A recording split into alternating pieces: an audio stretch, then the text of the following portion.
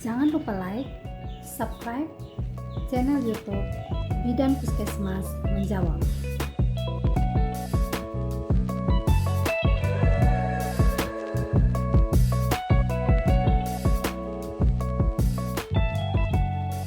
Selamat berjumpa kembali bersama saya Bidan Lincelalo dari Kabupaten Alor. Pada channel YouTube Bidan Puskesmas Menjawab, kami akan membahas sekian tentang kehamilan. Nah, tentunya setiap wanita yang sudah berumah tangga memiliki keinginan yang sangat besar untuk memiliki seorang anak. Di video kali ini kita akan membahas tentang kehamilan. Kehamilan menurut Kamus Besar Bahasa Indonesia, definisi hamil adalah kondisi di mana sel telur dibuahi oleh sel sperma yang menghasilkan janin di dalam rahim. Kehamilan terjadi selama 40 minggu dan terbagi dalam 3 trimester. Yaitu yang pertama, trimester yang pertama yaitu usia kehamilan 0 sampai dengan 13 minggu. Trimester yang kedua, usia kehamilan dari 14 minggu sampai dengan 26 minggu. Dan trimester ketiga, usia kehamilan dari 27 minggu sampai dengan 40 minggu. Nah, sahabat ibu, di video saya kali ini kita akan membahas kehamilan trimester yang pertama, yaitu usia kehamilan dari 0 sampai dengan 13 minggu. Kira-kira apa saja yang kita bahas pada video pada channel YouTube Bidan Puskesmas Menjawab. Namun sebelumnya saya mengajak kepada kita semua, jangan lupa subscribe, like, dan nyalakan notifikasinya. Perubahan yang pertama yang terjadi adalah kebiasaan buang air kecil yang keseringan. Nah, ini disebabkan karena terjadinya penekanan kandung kemih ibu yang diakibatkan oleh besarnya rahim karena bertambahnya usia kehamilan. Jadi ini merupakan hal yang normal atau fisiologis. Nah, apa yang harus ibu lakukan? Apa yang harus ibu lakukan untuk mengatasi perubahan ini? Yang pertama, tetap mengimbangi kebutuhan cairan dalam tubuh dengan cara konsumsi air atau minum air lebih banyak. Karena terjadi keseringan kencing atau buang air kecil, maka dianjurkan ibu harus menjaga kebersihan jalan lahir atau kebersihan alat kelamin, apalagi di tempat-tempat umum. Nah, kalau di tempat-tempat umum, seorang ibu sebaiknya menggunakan tisu. Perubahan yang kedua, selain terjadinya frekuensi kencing yang berlebihan, penekanan akibat pertumbuhan, akibat bertambahnya rahim dapat memberikan tekanan pada sfinkter lambung. Ya, sfinkter lambung yang menyebabkan kurang enak atau nyeri pada perut. Nah, apa yang harus ibu lakukan apabila mengalami nyeri perut? Ada beberapa tips yang bisa ibu lakukan untuk mengurangi perasaan, untuk mengurangi rasa tidak nyaman di perut. Makan dalam porsi yang kecil namun sering. Yang kedua, hindari makanan-makanan yang pedas, berminyak, santan. Yang berikut, ada posisi baring ibu itu adalah posisi kiri, ya, posisi kiri. Nah, apabila selesai ibu makan, hindari untuk langsung tidur karena menyebabkan asam lambung naik. Itu yang menyebabkan rasa tidak enak pada perut atau nyeri perut. Dan jangan lupa tetap mengkonsumsi air putih yang banyak. Terjadinya nyeri pada payudara itu disebabkan atau dipicu oleh adanya perubahan hormon dalam tubuh sebagai persiapan air susu ibu. Biasanya payudara akan semakin membesar, ya, ukuran payudara semakin membesar, terasa penuh, lebih berat, ya, lebih berat. Dan kami selalu menganjurkan kepada ibu untuk menggunakan bra yang ukurannya besar dan terasa nyaman digunakan oleh ibu. Perubahan pada kulit ibu, dimana kalau ibu hamil itu kita lihat biasanya kelihatan cerah dan nampak cantik. Itu terjadi karena adanya perubahan hormon kehamilan, dimana hormon kehamilan ini dia meningkatkan produksi minyak berlebihan sehingga kulit kelihatan lembab, dan juga terjadi peningkatan sirkulasi darah bawah kulit. Yang berikut perubahan kulit yang terjadi pada ibu hamil yang berikut adalah adanya bintik-bintik hitam, ya, bintik-bintik hitam pada daerah dahi, hidung maupun pipi, ya, dominan pada dahi, hidung dan kedua pipi. Terus adanya stretch mark, ya, pada daerah paha, dada, perut dan juga pantat ibu. Dan ada garis gelap, garis lurus gelap yang namanya linea, itu dari arah pusar ibu sampai pada arah rambut kemaluan. Nah, tidak perlu melakukan apa-apa ya ibu, ya, tidak perlu mengkonsumsi obat atau tidak perlu memilih kosmetik apa yang canggih, tidak perlu, karena ketika kita melahirkan tentunya semua hormon akan kembali dengan normal. Perubahan berikutnya adalah ibu merasa mual dan muntah. Ibu merasa mual dan muntah di awal kehamilan itu disebabkan adanya perubahan hormonal, ya, perubahan hormon, ya, sehingga bisa menyebabkan adanya peningkatan asam lambung. Ibu tidak perlu stres.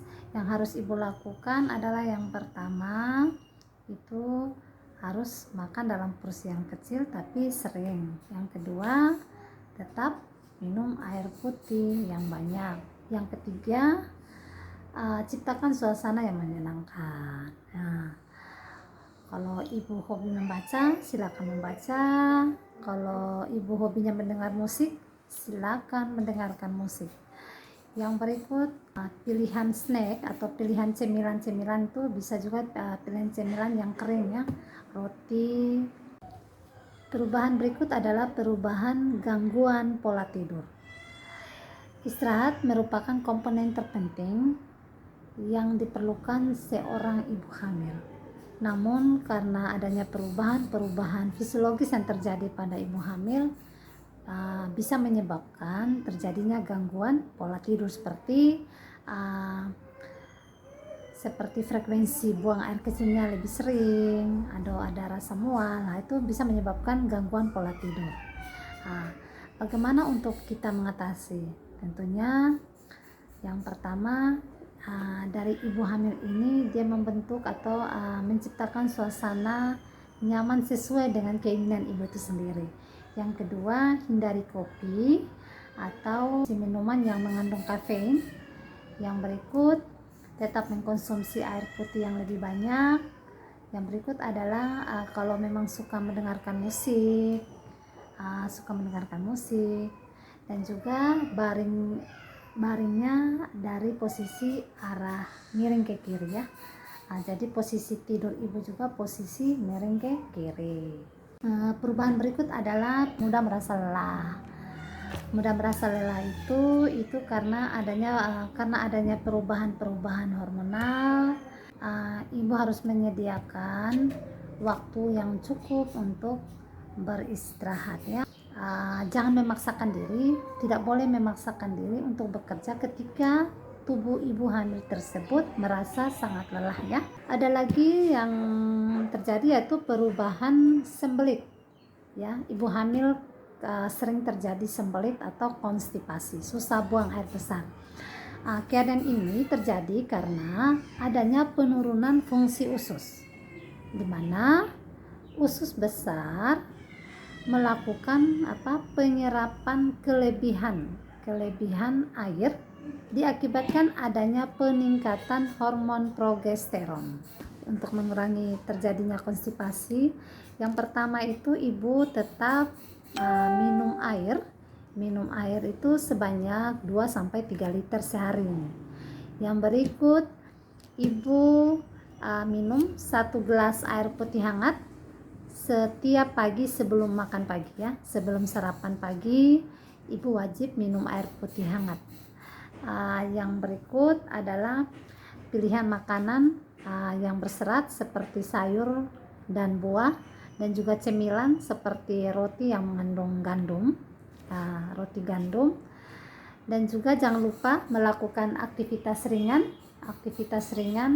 yaitu boleh berjalan, yang ringan-ringan saja, gerak-gerakan tubuh, berolahraga yang ringan ya. Sesuaikan dengan kondisi ibu saat itu. Trimester pertama ini merupakan masa awal yang paling penting dalam pertumbuhan dan perkembangan janin. Oleh sebab itu, trimester pertama akan dilewatkan dengan baik apabila didukung juga dengan makanan ya. Didukung dengan kebutuhan nutrisi yang baik. Nah, kira-kira kebutuhan nutrisi apa saja yang dibutuhkan ibu hamil trimester yang pertama? Yang pertama adalah asam folat. Asam folat ini berfungsi untuk mendukung perkembangan otot dan sumsum tulang janin. Asam folat ini bisa didapatkan di puskesmas ya, bisa didapatkan di puskesmas. Kalau di puskesmas kami sudah disiapkan asam folat. Nah, setiap ibu hamil trimester pertama itu wajib mendapatkan asam folat. Yang kedua, asam folat ini bisa didapatkan dari makanan yang berada di sekitar kita. Yang pertama yaitu sayuran berwarna hijau. Yang kedua itu buah jeruk. Yang berikut kacang-kacangan. Yang berikut adalah protein. Protein berfungsi membentuk sel-sel baru pada janin. Nah, kebutuhan protein ibu hamil dapatkan dari mana? Kita bisa dapatkan dari yang pertama adalah dari telur, dari tahu, dari tempe, dari ikan, dari daging-daging, dari ayam, dan juga kacang-kacang serta susu. Dimana porsinya 3 porsi sehari ya. Jadi makan paginya harus ada protein, makan siangnya juga harus ada protein, makan malamnya juga harus ada protein, sehingga mendukung sel-sel baru daripada janin tersebut. Kebutuhan nutrisi berikut adalah vitamin A. Vitamin A itu mendukung perkembangan mata dan sistem kekebalan janin. Vitamin A ini bisa didapatkan dari sayur dan buah. Yang berikut adalah kebutuhan nutrisi trimester pertama, yaitu kalsium dan vitamin D. Di mana kalsium dan vitamin D ini berfungsi untuk mendukung perkembangan tulang janin ya, gigi janin, sistem peredaran darah janin, otot, dan saraf janin. Yang berikut adalah kebutuhan nutrisi zat besi. Nah, zat besi ini berfungsi untuk membangun hemoglobin yang berfungsi mengedarkan oksigen ke seluruh tubuh ibu dan janin, sehingga ibu tidak mengalami yang namanya anemia. Zat besi ini bisa didapatkan dari sayur-sayuran berwarna hijau, daging, ayam, daging, dan juga kacang-kacangan serta sayur-sayuran berwarna hijau.